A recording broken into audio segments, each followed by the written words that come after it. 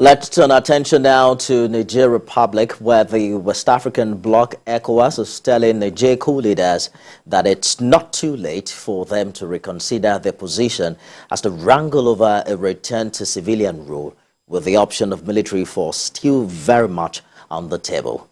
Generals who ousted President Mohamed Bazoum in the July 26 rebellion have called for a 3-year transition period, while the economic community of West African states demands the immediate return to constitutional order.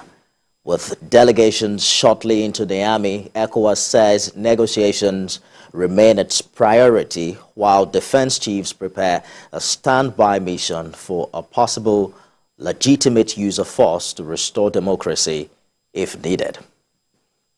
Let's speak now with global affairs analyst Collins Nweke, who joins me live from Belgium. It would seem that ECOWAS is stalling on its military action proposal in Niger Republic. How well would you say the diplomatic efforts are faring, with the coup leaders now asking for a 3-year transition period?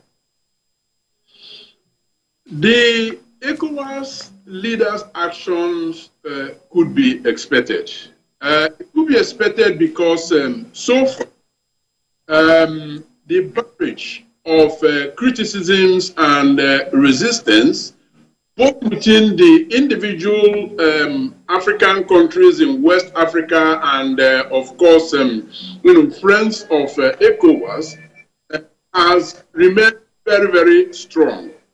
Now that ECOWAS appears to be shifting ground, stalling for time, is indeed to be expected, and indeed it is a very welcome development. Now, what that means is that they have reassessed the options on the table, and they have found that indeed there couldn't be any better option than diplomatic solutions to the problem. Now, is it okay for ECOWAS to completely rule out military action? Certainly not. That would be unwise, and I believe that that is the reason that they still have it, on the table in terms of holding out the olive branch in one hand, but also holding out the AK-47 on the other hand, and making it clear to the military juntas that it is now up to them to make their choice of which one will go. Now, 3 years, okay, they have taken note of that, and I believe that ultimately there might be some sort of negotiations to cut down on the 3 years, all right, but also to give up the demand that the restoration of democratic order happens immediately. So I believe somehow they will find themselves, they will find a meeting ground somewhere in the middle. It's hard to tell, Mr. Nweke, if there's so much pressure on the military junta in Niger, but how efficient or how strategic is the use of religious scholars? Some diplomats have been quoted to say that perhaps, some individuals who have experience in that regard should be doing the talking. I think at this point, and considering what is facing that region, the ECOWAS region, no stone should be left unturned rather. Now, religious leaders, but also military leaders and political leaders, diplomats and all of that, they all have their roles cut out for them in resolving this conflict.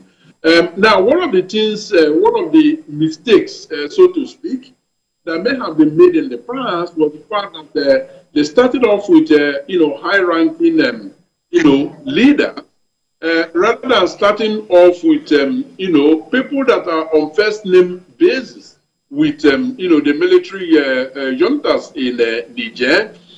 I believe that that is being readdressed now to the point that it will surprise any analyst if, as we speak, there are no, back doors that have been established to the, military leaders with, a mixture of different kinds of persona. people that are with them on first-term basis with them, religious leaders and all of that. So I believe they are deploying everything except military force to get this impasse actually sorted out. Global Affairs Analyst Collins Oweke, live for us in Belgium. Thank you for talking to us. My pleasure to be with you. Thank you for having me.